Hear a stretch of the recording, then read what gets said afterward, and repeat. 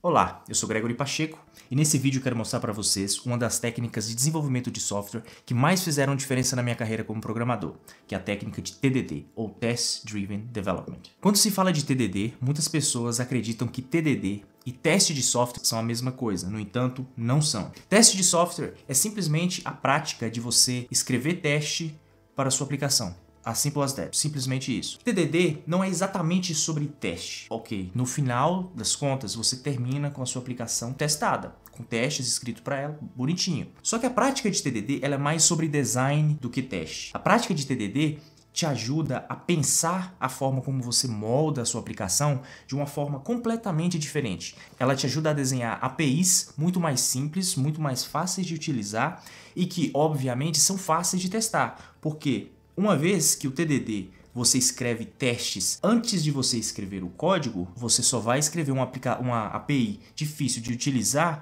se você for doido. Não faz sentido, correto? Então essa que é a mágica do TDD. Ela te ajuda, ela te guia no processo de desenho da sua aplicação, de forma que suas APIs, os seus componentes, os seus modos, suas classes fiquem fáceis de utilizar, ficam com baixo acoplamento, com assinaturas que fazem sentido, que não levam tantos parâmetros, e essa é a grande beleza do TDD. O TDD é uma prática que no começo, quando ela foi cunhada, quando ela estava sendo cunhada, até se discutia se ela deveria ser chamada Test Driven Design em vez de Test Driven Development, porque ela é muito mais sobre design do que teste, apesar das duas coisas não darem de mãos dadas. Aqui eu vou colocar para vocês algumas citações de grandes nomes na área de desenvolvimento de software. Primeiramente o Martin Fowler, onde ele diz o seguinte: no centro da minha filosofia de testes está que queremos escrever código que se autoteste, o que significa que temos um conjunto de testes automatizados que podem ser facilmente executados na sua base de código. Devemos ter certeza que esse conjunto irá capturar quase todos os bugs. Temos aqui também o Dave Farley, que diz: acho que é uma das ferramentas mais importantes para melhorar o design do nosso software, bem como para aumentar a qualidade do sistema que criamos. O TDD fornece feedback valioso e refinado à medida que evoluímos a solução para os problemas que o nosso código pretende resolver. O Kent Beck, que é o cara que cunhou o termo TDD, que chegou inicialmente com essa ideia, diz o seguinte: quando as equipes de programação aderem ao TDD, elas imediatamente veem resultados positivos. Elas eliminam o medo envolvido em seus trabalhos e estão bem mais equipadas para enfrentar os difíceis desafios que as esperam. E por último, famoso Uncle Bob: usamos TDD e escrevemos testes primeiro para dar poder de refatorar aquele código sem medo. Então aí, 4 grandes referências da área de desenvolvimento de software que endossam, que utilizam TDD e que, em sua experiência, eles garantem que o TDD de fato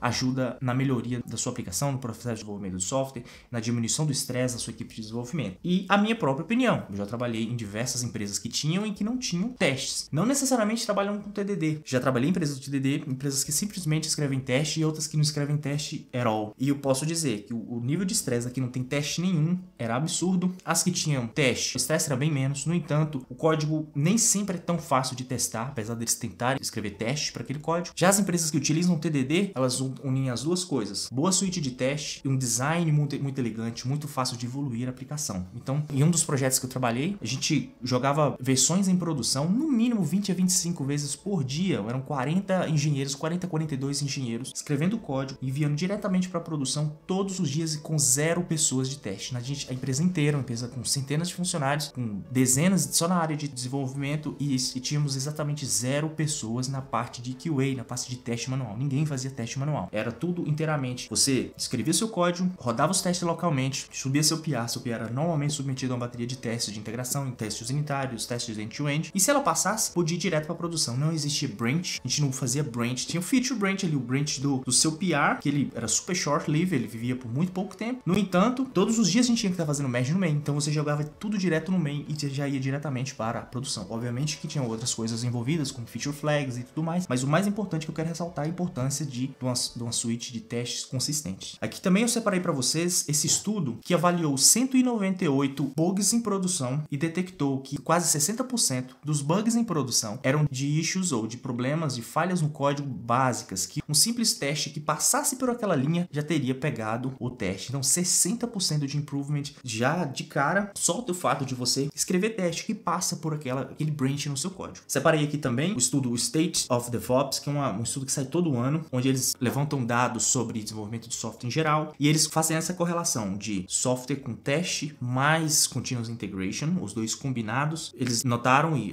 viram a correlação disso com sistemas muito mais estáveis. Em algumas versões, em alguns anos, eles falam até de 90% a menos de bugs na aplicação. Muito mais tempo da equipe para trabalhar em inovações e uma satisfação, felicidade dos devs eram muito maiores. Mais uma vez, como eu já citei anteriormente, eu posso confirmar que quando você trabalha numa empresa, num software que tem teste, você mexe no código, você faz alteração, você faz refatoramento com muito mais tranquilidade, que você sabe que se você quebrar alguma coisa, a possibilidade de ser pego pela suíte de testes é de fato muito alta. Aqui nós temos a pirâmide de teste. A famosa test pyramid. Ela não é perfeita, ela não cobre todos os cenários. Eu sei que existem algumas pessoas que não são tão fãs dela, mas ela é quase unanimidade. 90 a 95% dos desenvolvedores de software, inclusive eu, utiliza ela pelo menos como um guia inicial para te guiar no desenvolvimento da sua aplicação e nos testes da sua aplicação. Você vai ver que aqui na base da pirâmide nós temos os unit tests. São os testes que você tem que ter em maior quantidade na sua aplicação. São os testes também mais rápidos de rodar. Geralmente, dependendo da linguagem de programação, depois que tem aquele startupzinho ali, depois que você clica no play, que ele tem que compilar, tem que buildar, mas depois que está pronto, alguns segundos, os testes em si eles rodam em milissegundos ou no máximo em segundos. Então, para você rodar uma suíte gigante de testes, aí, digamos, milhares de testes, realmente no máximo algumas dezenas de segundos. Se você tem unit tests que estão levando muitos minutos para rodar, provavelmente você está fazendo alguma coisa errada. Depois disso, temos os integration tests. Aí, os unit tests, eles não conectam a banco, eles não enviam SMS, eles não vão no S3 pegar um arquivo, não vão na Azure para buscar um arquivo, nada disso. Todas as dependências externas, elas são mocadas. A gente vai ver já no live code como que a gente faz isso. No entanto, os integration tests, você quer integrar com serviços de terceiros. Você pode sim necessitar mandar um SMS, você pode sim precisar ir no banco, salvar alguma coisa no banco, isso faz parte dos integration tests. Mas como você pode ver, como ele está no meio da pirâmide, isso indica que você precisa ter menos desses testes. Você não vai ficar fazendo certas validações nesse teste. Esse teste é apenas para você validar a integração. Os contratos, o meu contrato está sendo respeitado, eu consigo chamar uma determinada API com determinada assinatura. Se alguma coisa der errado, eu recebo a mensagem de erro que eu estava esperando e por aí vai. Então essa é a função dos testes de integração. Nela, na suíte de teste de integração, nada é mocado, ou quase nada. Depende do foco do seu teste. Algumas coisas você pode sim querer mocar. Mas, quando eu digo mocar, eu digo você criar uma classe fake, uma classe que só imita comportamento de integração, mas não realmente integra. No caso do integration test, na maioria dos casos, você vai sim querer passar uma implementação real, que não é mocar. E por último, o end-to-end test. É o mais lento de todos. Aqueles que você tem que ter pouquíssimos, porque ele vai subir sua aplicação inteira, conectada no banco de dados, conectada a todos os serviços, você vai subir um Selenium, vai subir um Cypress, ou alguma coisa do tipo, que vai de fato clicar em botões, você vai navegar na sua aplicação, vai ver o resultado que está na tela. Esses são extremamente lentos, são também importantes, mas é os que você precisa ter menos. Ela é basicamente smoke test. Quando você levanta a sua aplicação, só para ver se não tem nada quebrado, ver se as páginas estão renderizando, para ver se você consegue fazer login, se você tem a certa navegabilidade. São mínimos. No entanto, mais uma vez, reforço, são importantes. Você precisa ter bastante cuidado em como você distribui esses testes. Então, uma vez que a gente já entendeu a diferença desses tipos de testes, daqui a pouquinho eu vou pular com vocês no live code, onde a gente vai utilizar TDD para escrever uma pequena suíte de unit tests, porém com a prática de TDD, onde a gente escreve o teste antes do código existir. A gente escreve o teste, depois a gente faz o código. Então a gente vai chegar já nessa parte, beleza? Então, como eu já disse antes, TDD é mais sobre design do que sobre testes em si. O TDD te ajuda a desenvolver interfaces mais fáceis de utilizar. Quando você começa a imaginar um código, digamos uma classe que processa ordem de serviço, seja lá o que for, e ela ainda não existe, você tem a chance de imaginar qual seria o processador de ordens perfeito, o mais fácil de utilizar, que retorna excelentes mensagens de erros, que tem assinaturas de métodos fáceis de chamar e etc. Quando a gente tenta pregar o TDD ou levar o TDD para alguns times, existe uma certa resistência, às vezes, nem sempre, mas alguns programadores, alguns desenvolvedores tendem a ter uma certa resistência. Eles vão dizer, Ah, mas eu vou ter que escrever o dobro ou até mais do que o dobro do código. Isso não faz sentido, isso vai me atrasar, porque muitos programadores estão acostumados a ler razoavelmente a descrição de cada tarefa e já quer pular diretamente no código, sem realmente pensar o que ele está fazendo, sem realmente pensar como aquele componente, como aquele código que ele está escrevendo vai se integrar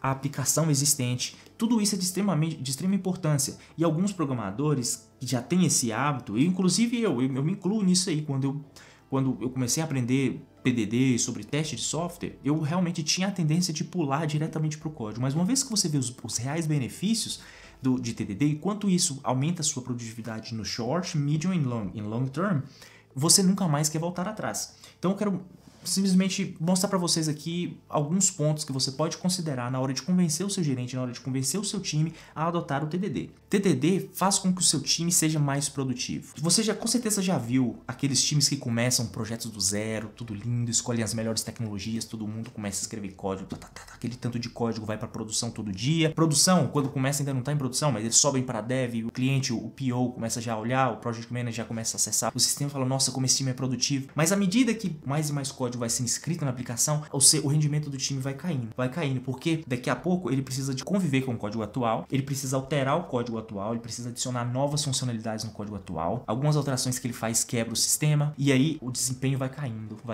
Eu tenho certeza que você já viu isso acontecer na sua frente, em outros projetos. E o TDD vem ajudar o seu time justamente nisso. Empresas que adotaram o TDD reportam que a produtividade se mantém ou até mesmo acelera, porque no começo você está arquitetando a sua aplicação, você precisa pensar em estrutura de pastas, gestão de dependência, conexões com serviços externos. No começo existe todo esse bootstrapping que precisa ser feito. Alguns, geralmente os arquitetos, os sêniores, o pessoal mais sênior tá mexendo com essa parte, enquanto os medium e juniors estão começando a fazer CRUD, etc e tal. Então existe esse gargalo, esse bottleneck no início, que apesar de produtivo, ele existe. No entanto, ele só dura no começo. Ali, mais ou menos ali no começo da sua aplicação. E times que adotam TDD, na verdade, eles ficam mais produtivos com o passar do tempo, porque tudo isso acaba e eles começam a poder focar apenas em reais features do sistema. Com a suíte de testes consistente, protegendo o time, todo mundo pode trabalhar sem medo. Os desenvolvedores podem rodar, trazer novas funcionalidades, fazer bug fixes, sem se preocupar de quebrar a aplicação. Claro, eu não estou dizendo que TDD vai te proteger de absolutamente todos os bugs, mas que com certeza vai te proteger da maioria deles, principalmente se o seu time for rigoroso na escrita de testes. Isso aí é garantido. Então, o TDD faz com que o time fique mais produtivo nesse sentido, mas também no sentido de que o estresse do time como um todo cai bastante. E eu tenho certeza que, assim como eu, você trabalha muito melhor quando você não se sente sob pressão, quando você não se sente estressado. Então, TDD, sem sombra de dúvida, é benéfico para o time. Outra coisa importante, o TDD faz você ficar mais produtivo. Imagina que você está desenvolvendo aquela feature, você está lá no seu editor de código preferido, seja no framework qualquer, você escreveu aquele código, você quer ver se aquele código funciona, você precisa, a cada vez que você adiciona uma coisa, você precisa clicar no debugger, você precisa rodar a aplicação, você espera 1-2 minutos para tudo compilar, subir, você abre ela no browser, você vai no Postman, você faz uma request no Postman, você analisa o retorno, ou você vai no próprio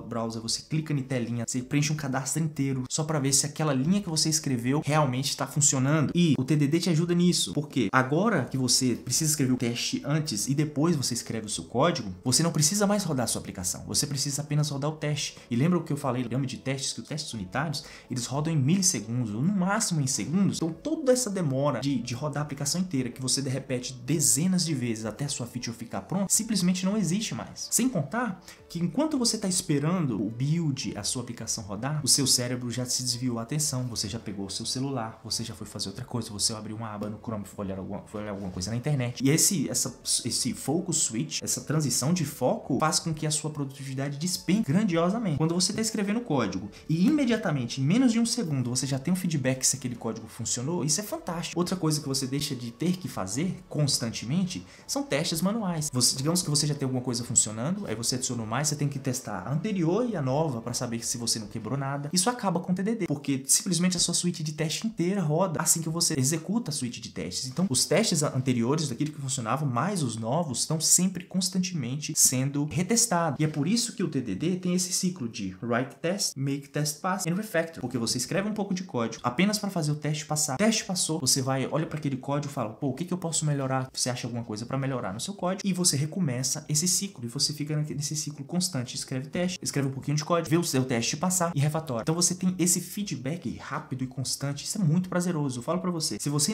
ainda não deu uma chance pro TDD, faça o teste, depois você me conta. Se a sua produtividade, o flow, simplesmente você entra naquele estado de flow muito mais facilmente quando você está programando utilizando o TDD. Outro ponto fundamental de TDD é que simplesmente refatorar vai passar a ser uma coisa muito mais fácil e achievable, né? Atingível durante o seu desenvolvimento. Mesmo utilizando o TDD, vira e mexe você vai ter que refatorar coisa. Você descobre que alguma decisão não foi tão boa, ou tinha uma parte do código que você não precisa mais, uma parte do código que está sendo substituída por outro. Digamos que você tinha um sistema que envia SMS com determinada empresa, agora você vai enviar com outra, e se você precisa fazer um determinado refactor, precisa injetar uma dependência nova. Com o TDD, esse refactor fica muito mais fácil, porque agora tudo que funcionava, você já tem um suite de teste que protege aqueles requisitos. Você faz o refactor que você quiser e simplesmente roda e deixa ela dizer para você o que você quebrou. Refatoração é um processo extremamente fundamental para a saúde da sua aplicação. Aplicações que o time não tem prática de refactor e melhorias constantes, mesmo naquilo que está funcionando, tendem a afundar na curva de produtividade. Então a gente precisa estar sempre refatorando, melhorando o código, vendo partes que você poderia simplificar, mesmo em sistema que funciona, mesmo onde possivelmente não tem bugs. Mas se o código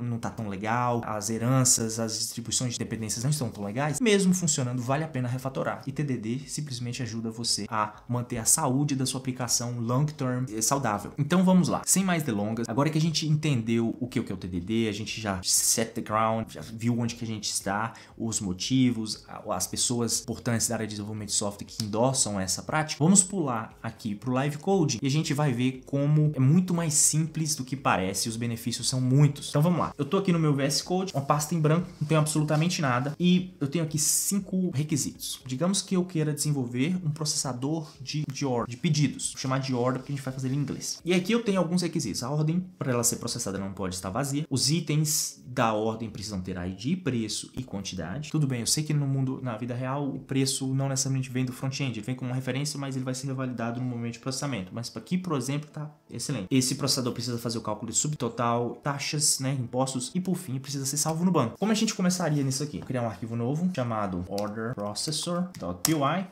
Beleza, então eu vou trazer esses requisitos para cá, só para ficar mais fácil pra gente. Eu vou deletar esse arquivo e aqui eu vou colocar eles em forma de comentário. Beleza, então vamos lá. Primeira coisa que eu vou fazer aqui, eu vou importar o unit test, que é essa biblioteca de testes padrão, que o Python já vem com ela, então você não precisa instalar nada. Se você quiser, você pode. Tem algumas outras ferramentas mais elaboradas, mas essa aqui para o TDD tá 100%. Vou aumentar aqui a fonte um pouquinho. Aqui eu vou fazer o seguinte, eu vou criar uma classe order test, order processor test, e eu vou herdar de unit test, na verdade, test case. Beleza. Então agora a gente vai desenvolver o nosso primeiro teste, que é o que diz o seguinte: a ordem não pode estar vazia. Então eu vou criar aqui def test order cannot be empty, correto? Vai receber self. É aqui que começa a brincadeira. Você tem agora a sua hora de imaginar a API perfeita, a forma perfeita, mais simples possível, prática de interagir com seu processador de ordem. Digamos que eu gostaria que fosse assim: eu simplesmente crio um objeto order, certo? Crio um order processor. Nada disso existe ainda, tá? A gente vai escrever isso já já. E eu gostaria de fazer order processor, gostaria de chamar um método chamado process, gostaria de passar a minha order e eu gostaria que ele me retornasse um result. Esse result eu gostaria que tivesse os erros. Então, alguma coisa do tipo, vou colocar aqui expected. O que eu gostaria, o que eu espero de volta? Eu espero que ele me retorne uma lista de erros, se é que vão ter erros, né? Nesse caso aqui precisa ter. Então eu gostaria que ele me retornasse alguma coisa do tipo o código do erro e a mensagem order cannot be empty. Agora eu simplesmente dou self.assert equal e eu vou passar aqui expected e result. Pronto, simples assim. Eu defino o meu objeto, meu dado, o meu processador, peço que ele processe aquele dado e eu espero que ele me dê uma resposta. É só isso. Em outros cenários eu provavelmente escreveria todos os testes, mas aqui para questões didáticas, para que fique mais fácil, a gente já vai fazer esse teste passar. Lembra do ciclozinho de write, make it pass and refactor? Então vamos para a próxima parte. Eu tenho aqui o order processor tests, deixa eu renomear aqui, correto? Vou criar um novo arquivo aqui que agora sim é o order processor em si. Eu vou jogar isso aqui pro lado e a gente consegue ver eles ao mesmo tempo. Por enquanto, eu vou criar o meu objeto de domínio, meu model aqui dentro, depois eu movo ele para um arquivo de model, tá? Só para ficar as duas telinhas aqui, uma do lado da outra, fácil de ver. Então, primeira coisa, eu vou definir a minha classe order. O que eu gostaria que tenha na minha order? Eu gostaria que tivesse os itens da order. Poderia ter um order ID, mas não é estritamente necessário. Pelo menos não aqui, talvez não, quando a gente fosse fazer a parte de banco, né? Então aqui, ó, int, subtotal, total, float, tax, float. Talvez desconto, alguma coisa do tipo. Vou deixar 100, que é o suficiente para nós. O que eu preciso agora? Eu preciso criar o meu processador. Class order processor. E aqui eu vou definir o meu método process, que vai receber self e a order. Agora eu vou fazer o seguinte, vamos validar a order. Digamos que a order não possa estar vazia. Ela não pode estar sem itens, então eu vou falar if not order.items, então eu vou retornar uma lista de erros. Digamos que eu tenho aqui errors vazio, e aí eu vou falar aqui errors.append e a minha tupla, do jeitinho que eu espero aqui, porque agora o teste está basicamente ditando para mim como que eu tenho que programar. Eu já não tenho mais que mexer, então eu vou falar, deixa eu reduzir aqui o zoom só um pouquinho, order cannot be empty. E por fim, eu verifico, houve algum erro, houve alguma coisa, alguma validação, eu vou fazer o seguinte, if errors return error. Beleza, vamos ver se isso funciona. Primeiramente a gente precisa importar eles aqui, né? Então eu vou from order processor import order e order processor. Pronto, agora as importações aqui já não estão mais reclamando. Então vamos lá, vamos tentar rodar isso aqui, vamos ver o que acontece. Vou abrir o terminal. Eu poderia configurar aqui para rodar diretamente no Visual Studio, mas para simplificar eu vou fazer pelo terminal. Então python-m unit test e vou chamar aqui o meu order processor test. Executei, ele rodou aqui um teste e esse teste passou. Se não me engano, se eu passar um parâmetro "-v" aqui, ele mostra aqui para mim, ó, order cannot be empty, simplesmente passou. Se por acaso um dia o dev alterou alguma coisa, pô, meu código de erro não está mais sendo retornado como antes, olha aqui, pum, ele pegou. Então isso aqui é extremamente importante, tá? Inclusive, códigos de erros, você precisa sempre estar retornando o código de erro. E esse código de erro, uma vez que ele foi para produção, é um contrato. É um contrato entre você e quem está integrando com a sua aplicação. Foi para produção, você não muda, você não mexe nisso mais. Se você vai deprecar, né, vai colocar como deprecated algum determinado código, você simplesmente avisa antes, você mantém ele aí, marca como deprecated na especificação da sua API, para dar tempo para que quem integra com você pare de confiar naquele código de erro e passe a utilizar o novo. Então o código de erro é uma parada muito importante você colocar nos seus unit tests. Massa! Então agora, vamos para o próximo. O próximo aqui agora é itens da ordem devem ter ID, preço e... Ah tá, antes disso, o último ciclo lá do TDD. Fizemos o teste passar. O que a gente pode melhorar aqui? Ó? Quando a gente olha para esse código, o que tem aqui que a gente pode melhorar? Lembra lá no DDD, no livro do Eric Evans lá sobre Domain Driven Design, que fala que um model tem que ser capaz de validar a si próprio? Se eu deixo essa validação aqui, amanhã ela acaba em outro lugar. Se eu tenho outro processo, outro lugar que faz esse tipo de validação, essa lógica se espalha no sistema. Então ela não deve ficar aqui num orquestrador. O order processor é apenas um orquestrador. Então o lugar certo é que ela esteja em order. Porque, mais uma vez, como diz no DDD, o módulo tem que ser capaz de validar a si mesmo. Então eu vou fazer o seguinte, dev validate self. E aqui, ó, eu vou trazer essa mesma lógica para cá, ó. Eu tenho uma lista de erros e aí eu vou falar aqui, ó, self.items, né? Se eu não tenho nenhum item, eu simplesmente retorno a minha lista de erros. Nesse caso aqui não preciso nem fazer o if. Eu simplesmente return errors. E aqui, o que eu faço agora? Eu faço order.validate e eu guardo validation results. E aqui eu faço o seguinte, se eu tiver algum validation result, eu retorno validation results. Então agora é a hora do meu código me proteger contra mim mesmo. Se eu fiz alguma coisa, se eu quebrei alguma coisa aqui, ele já vai avisar. Isso aqui mesmo ele já vai avisar, porque o meu código não vai nem rodar. Então, ó, já tem que vir aqui, errors. Roda novamente, perfeito. Agora minha suíte de teste está passando novamente. Agora sim a gente está pronto para ir para a próxima etapa, que é os itens da order devem ter ID, preço e quantidade. Vou colocar aqui o seguinte, def tests order items must be valid. Em outras circunstâncias, provavelmente o que eu faria um para cada, tá?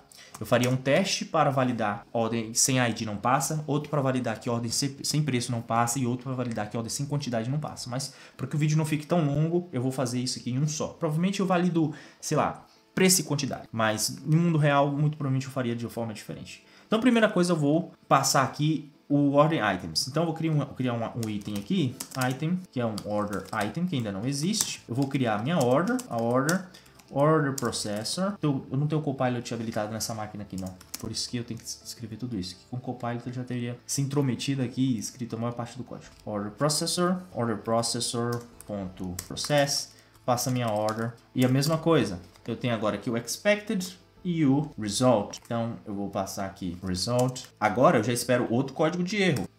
Posso falar aqui, por exemplo, order item must have quantity, por exemplo, né? E aqui eu preciso passar o item para a minha order. Obviamente eu preciso vir aqui definir um construtor agora, né? Primeiramente, antes de eu definir qualquer coisa lá, vamos ver se esse teste falhar. Obviamente ele vai falhar, primeiramente porque eu não tenho nenhum order item definido.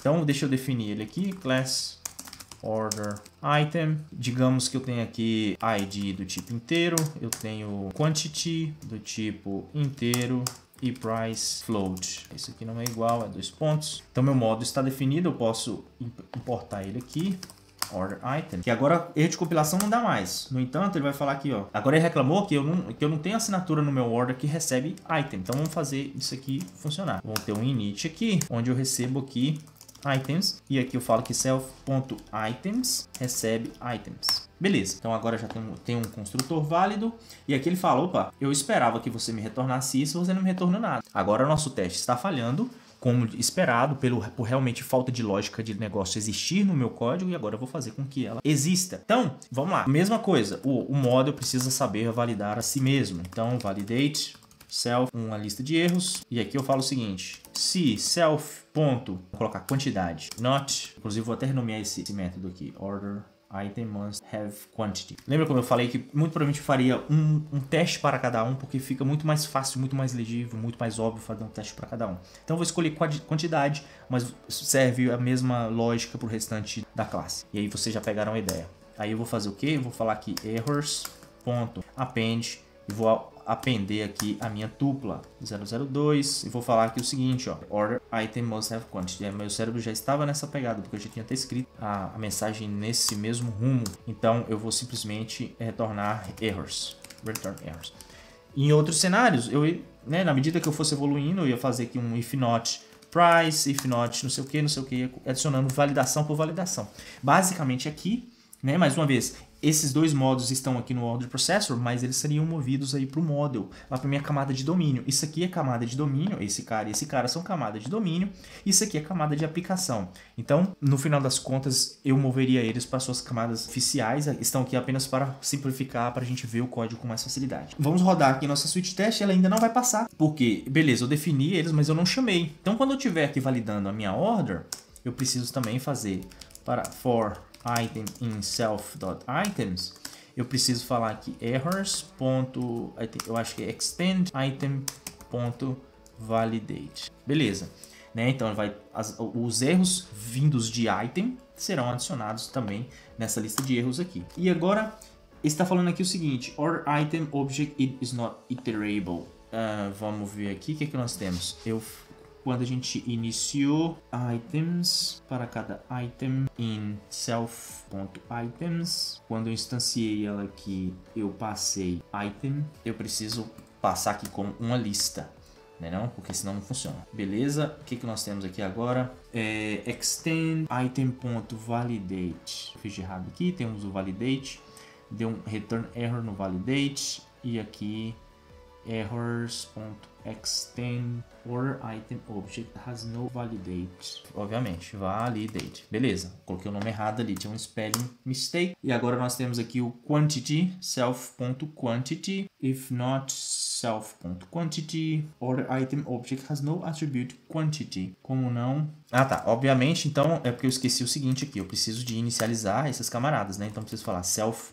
Ou eu poderia inicializar eles aqui ou no construtor. Eu vou fazer eles direto aqui. Vou falar que ID recebe known, eu vou falar que quantity recebe known, float recebe known, só para eles começarem inicializados. Eu não tenho que fazer um construtor, ainda não preciso de um construtor. Aqui a gente está falando o seguinte, order na linha 12, obviamente eu alterei aqui para que minha order recebesse um parâmetro e não atualizei outro teste, então preciso passar uma lista, nem que seja uma lista vazia, e perfeito. Agora nossos testes, os dois testes estão passando. Tem alguma coisa que a gente possa melhorar aqui? Provavelmente não consigo ver, porque a gente já viu, pegou o aprendizado do último e já colocou a validação no lugar correto. Então, eu acho que aqui já está 100%.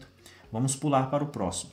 Agora, o cálculo de subtotal. Subtotal vai ser basicamente a gente fazendo um loop nos itens, no preço, no valor de cada item e colocando no subtotal. Vou copiar aqui esse cara. Order item, order subtotal must be correct. Não gosto muito desse nome não, mas por enquanto tá ótimo. Então, vamos criar aqui um construtorzinho no nosso order item, dizendo o seguinte, recebendo aqui o quantity e um price. E eu vou falar aqui que self.quantity recebe quantity, self.price recebe price, que aí agora eu posso simplesmente passar aqui, ó, quantidade 1 e preço 10. Vou criar 2, quantidade 2 e preço 20. Então esse daqui vai dar 40 e esse aqui 50, o meu subtotal precisa ser 50. Então eu tenho aqui o item 1, o item 2, vou passar eles aqui, item 1 e o item 2. Eu acredito que esse teste anterior aqui ele vai reclamar quando eu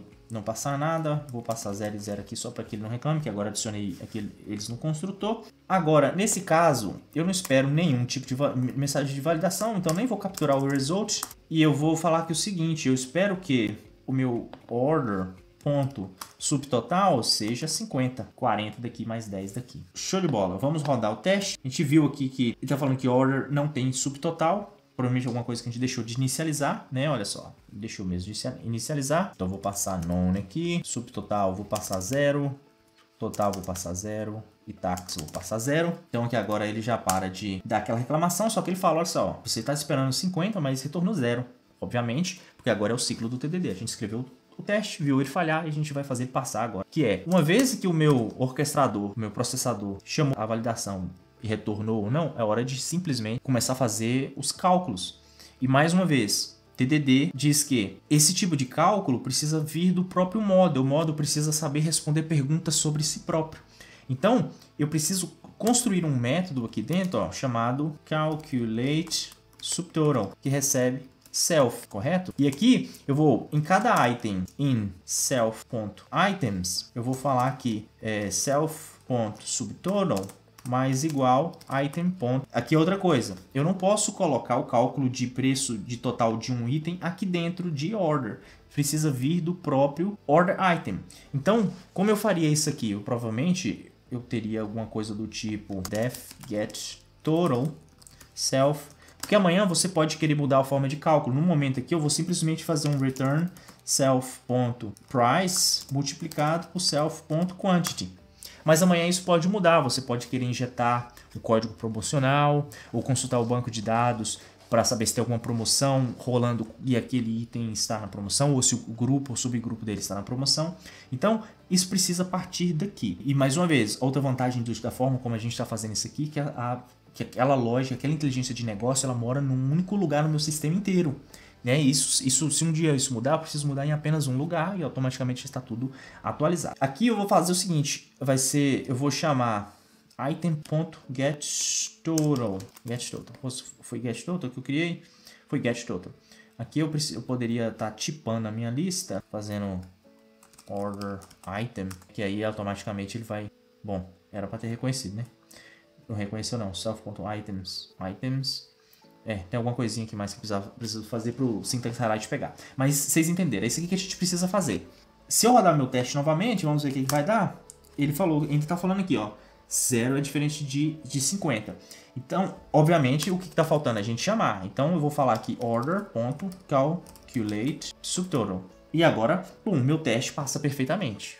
Olha só que bacana. Então, o que a gente já vê de vantagem aqui, ó? O nosso processador, ele é o mais simples possível. Você já tentou alguma vez testar aquela classe que ela tem uma centena de dependências? Tem um monte de classe sendo inicializada, um monte de coisa sendo injetada no construtor, ela é simplesmente impossível. Se você escreve o teste antes, você não vai querer fazer isso. Você não vai querer injetar esse tanto de dependência. Talvez você vai injetar uma ou duas, que é o próximo teste que a gente vai fazer agora. Mas você não vai querer injetar um monte, porque simplesmente, quem mais vai querer testar aquela classe? Porque só fazer o setup do teste já vai ser extremamente consumidor de tempo, né? Então, isso é uma coisa que escrever o teste antes já faz com que o design overall da sua aplicação já melhora. Para que não fique tão longo, o cálculo de taxa, de total e etc. é a mesma coisa do de subtotal. Então eu vou pular direto para o último, porque ele é bem diferente do restante, tá? Que a ordem tem que ser salva no banco. O que acontece? Lembra quando eu falei que no unit test a gente não vai necessariamente no banco? Só que aqui nos meus testes eu posso sim me certificar que o meu processador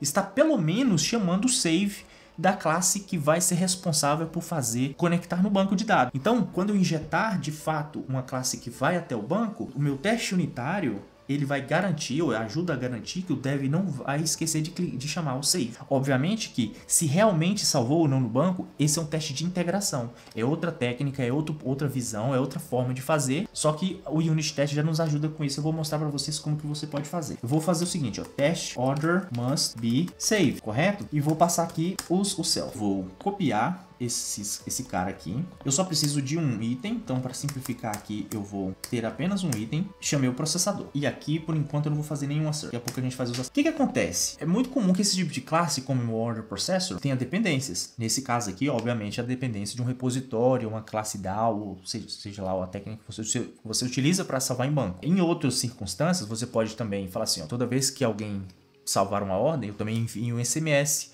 ou envio um e-mail, ou faço isso, ou faço aquilo. Então você vai estar injetando serviços que são responsáveis por isso. Então nesse caso aqui eu vou fazer com a parte de salvar no banco, mas é a mesma técnica, qualquer outro tipo de dependência. Toda vez que, se lembra da Hexagonal Architecture? No momento eu só estou testando dentro do meu Hexagon. Agora eu quero sair do Hexagon, mas não é escopo do unit test. Então eu vou mostrar para vocês como que a gente moca esse momento em que a nossa aplicação sai do nosso Hexagon, beleza? Então o que acontece? O meu processador ele precisa agora de um repositório, concorda? Ele precisa receber aqui, quando você fizer um init da classe, def init, ele precisa também agora de um repositório, um order repository. Do ponto de vista do meu order processor, esse cara não quer nem saber, opa, isso aqui é C# style. Isso aqui, Python style. Ele não quer nem saber se eu estou salvando no MySQL, no Postgre, no SQL Server. Ele não quer saber. Essa é a grande vantagem de você trabalhar nesse formato, dessa forma. Você não depende de nada que não é simplesmente business logic. Então eu não quero trazer para cá, fazer um new, sei lá, um repositório do meu MySQL, salva no MySQL repository. Ou seria assim, né? MySQL repo. Eu não quero fazer isso nunca dentro da minha aplicação, porque agora eu estou acoplando a minha aplicação ao MySQL. O dia que eu falo, não quero mais salvar no MySQL, e eu espalhei essa classe pelo meu sistema, agora acabou, eu tô lascado. Então eu quero injetar aqui um contrato que eu dito, que a minha aplicação vai ditar. Então, o que eu vou fazer? Eu vou criar um outro arquivo aqui, chamado abstractions. Você pode criar um nome melhor para isso. Vou chamar de abstraction porque eu quero enfatizar que, nesse caso aqui, a gente quer depender de abstrações, não de classes concretas. Quero apenas depender de abstrações.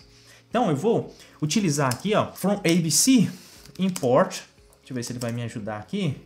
Eu abro ABC e o abstract method. Beleza. Então, essa abstração aqui é basicamente onde eu estou desenhando o contrato que precisa ser seguido quando qualquer outra implementação no sistema queira salvar no banco. Ou seja, se o dev fala assim, agora eu quero salvar no banco de dados MySQL, esse é o contrato que ele precisa seguir. Aí eu quero salvar no banco SQL Server, esse é o contrato que ele deve seguir. Isso aqui faz parte da minha camada de aplicação. É a minha aplicação ditando contratos. Então eu vou falar o seguinte, class order repository, e eu vou falar aqui que eu herdo de ABC. E aqui eu vou falar o seguinte, abstract method. Então eu vou dizer que por exemplo, save, onde eu vou precisar passar self e a order que eu quero salvar no banco. Não preciso colocar implementação, porque é só um contrato. Vem aqui abstract method def get, onde eu vou falar self e order ID. Então se eu quero buscar uma order, eu tenho que passar o ID dessa order. E assim vai. Você vai passar método para delete, para buscar a order no determinado departamento. Qualquer método que você acha que é relevante no seu repositório, você define ele aqui no seu contrato. E aí o que acontece? Quando alguém for implementar realmente, digamos, vai ter lá a pastinha lá infrastructure, e lá dentro de infrastructure, que é o comum é isso aqui, e você vai ter lá um MySQL order repository. Só para enfatizar que esse cara aqui para salvar a ordem no MySQL, um outro pro post, ou seja lá o que for, você vai importar aqui dentro esse order repository e você vai implementar esses métodos, onde você realmente pega a conexão com o banco, conecta no banco e tudo mais, e você vai injetar lá no seu order processor esse cara. O que acontece? Aqui no contexto do nosso teste, o que a gente vai fazer? Eu vou importar ele, vou fazer aqui, from abstractions, import order repository. Esse é o contrato. E aí eu vou falar o seguinte, olha, toda vez que você for injetar um repositório, certifique-se que ele implementa o order repository. Se você tentar implementar qualquer outra porcaria aqui, ele simplesmente vai rejeitar. Então você precisa seguir um determinado contrato. No meu teste, eu vou fazer justamente isso. Eu vou criar um fake, um order repository, um cara que segue esse contrato, mas ele não precisa realmente ir no banco, porque o meu teste não liga para isso. Não é aqui que a gente testa isso, a gente vai testar no teste de integração. Então eu vou fazer o seguinte, from abstractions, import order repository. E aqui eu vou criar um fake. Vou criar um fake order repository, que herda de order repository. E eu vou implementar esses caras aqui, ó.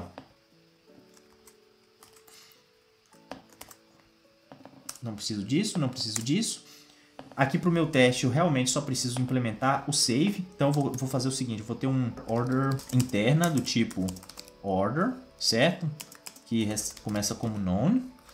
Então, quando você chamar o save, ele simplesmente vai salvar na memória, que é o suficiente para mim. Eu só quero certificar que pelo menos o save foi chamado.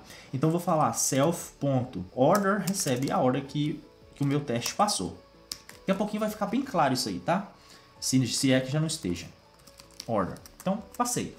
Agora, qual que é o barato aqui? Eu vou ter um cara desse aqui, ó. Eu vou falar que eu tenho um order repository do tipo order fake order repository. Começa como começa assim, digamos. Eu vou simplesmente passar um fake order repository. Passo um objeto novo para ele aqui. Então eu tenho eu posso até tirar isso aqui porque está bastante redundante. Como eu programo em C# a maior parte do tempo, eu fico acostumado com tipar demais. Nesse caso aqui não precisa, tem que lembrar que estamos em Python. Então agora que eu tenho aqui o meu order repository, vou colocar o underscore aqui para dizer que ele é um objeto interno, eu agora posso passar ele toda vez que eu chamar o meu order processor, que agora preciso passar um repositório para ele, porque que acontece? Depois que eu calculei isso, depois que eu calculei order.calculate tax, chamei depois order.calculate total, né, que vocês vão implementar aí depois, porque é exatamente a mesma lógica do subtotal. Eu vou fazer o que? Eu vou falar que eu preciso aqui também de um objeto interno, né? Eu preciso do meu order. Eu posso simplesmente fazer aqui assim, self.order repository recebe order repository.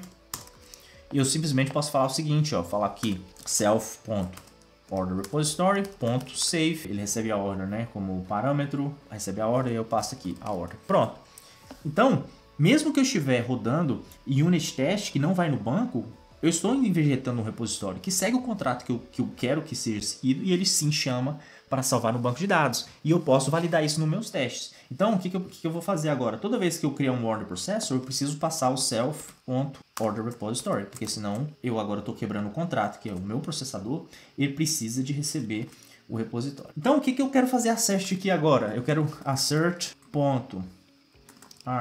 equal self.assert equal e vou passar que eu quero fazer o seguinte, eu quero ver que o meu repositório, order repository, ponto, o que eu tenho lá? Eu tenho order, né, ó, eu tenho o objeto order lá. A minha ordem tem que estar salva ali na memória, seja a mesma coisa que a ordem que eu acabei de chamar.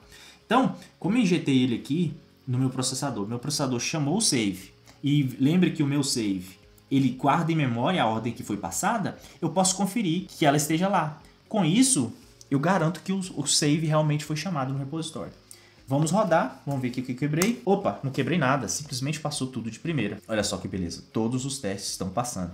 Então, dessa forma, você consegue fazer mock de dependências, continuar utilizando aquelas dependências, correto? Sem problema nenhum, e injetando elas, fazendo com que a sua aplicação funcione como esperado, do jeito que você provavelmente gostaria que ela funcionasse no seu ambiente de integração, beleza? Então é isso, pessoal. Espero que vocês tenham gostado, espero que a demo tenha sido fácil de seguir, de entender. O link desse código vai estar aqui na descrição do vídeo, tá bom? Espero que você possa utilizar ele aí para começar a engatinhar com o TDD, se você já não faz, ou se você fazia. Espero que você tenha aprendido alguma coisa nova. Me conta aqui nos comentários quais são os maiores desafios que você enfrenta no dia a dia para escrever teste. Por que você não escreve teste se você não escreve? E se você escreve, como que é a sua experiência? Como que foi o seu chefe, o seu gerente, ele apoia que você escreva teste? Tem alguma coisa aqui que eu mostrei hoje que você, poxa, que legal, isso aqui eu vou utilizar? Me conta aqui nos comentários, beleza? Então é isso no vídeo de hoje, um grande abraço e até mais.